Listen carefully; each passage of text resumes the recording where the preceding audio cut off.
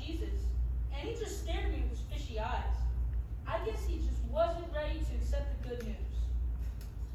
Hi everyone, I couldn't help but overhear your conversation. I have a story to share with you about being unashamed of the gospel. What's the story, Daniel? It's the story of how I was thrown into the lion's den because I refused to stop praying to God. That sounds scary, Daniel. Were you afraid? At first, I was scared, but I knew that God was with me. I trusted him and was unashamed of my faith. Have a seat. I will tell you the story. A long time ago, King Darius, the Mede, is in his castle making plans for his kingdom, and all is good until... What's this I hear about Daniel and his faith in God? I am impressed by his courage. He is my most trusted officer. thank you, Your Majesty. I serve the one true God and will not be ashamed of my faith. The other advisors are jealous of the praise the king shows Daniel, so they come up with a plan. Your Majesty, we have been talking and we suggest making a law that no one can pray to any god or man except you, O king, for the next 30 days. Yes, and anyone who disobeys should be thrown into the lion's den. That sounds like a good idea. Let it be done. Daniel, knowing this law has been signed by the king, goes to his room. Even though the king has made this law, I will continue to pray to God. I am not ashamed of my faith. As Daniel kneels down to pray, the advisors are spying on him. Look, Daniel is praying to his God. Let's go tell the king. Yes, and he will have to be thrown into the lion's den.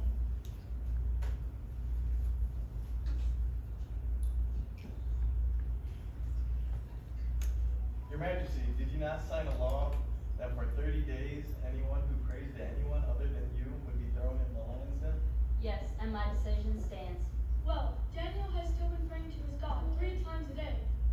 King Darius is distraught and goes to his room alone, filled with regret for signing the law. What have I done? I need a way out of this. Daniel is a good man. The advisors are becoming impatient with the king and want justice done. Your Majesty, the law cannot be changed. It is time for us to give the punishment for disobeying it. Okay, throw him in the lion's den. They lead Daniel to the den and throw him in. Ah! God, I trust in you. Please protect me from the lions. Roar!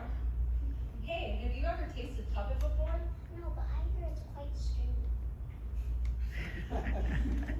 King Darius, still filled with regret, is pacing back and forth in his room. I should not have made that law. Daniel is a good man, and I regret what I have done. I hope he will be okay. The next morning, King Darius goes to the lion's den, hopeful that Daniel is unharmed. Daniel, are you alive? Yes, Your Majesty. God has protected me throughout the night. The lions did not harm me. Praise be to your God, Daniel. I will immediately release you from the lion's den. Oh, wow, Daniel, you must have had some serious lion taming skills. Yeah, did you teach them any tricks? No, Mackenzie and Ava. It was all God's doing.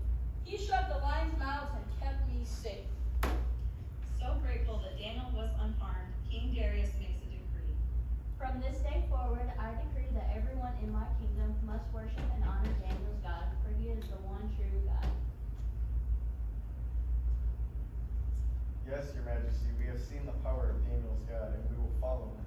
We will no longer be ashamed of our faith. Back at the playground, the kids are all amazed at the story they just heard. Just like I was unashamed of my faith in God, we should all be unashamed of the gospel and stand firm in our beliefs. You're right, Daniel. We should never be afraid to share the good news of Jesus, no matter what.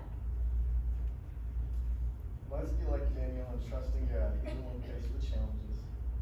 We can make a difference in the world by being unashamed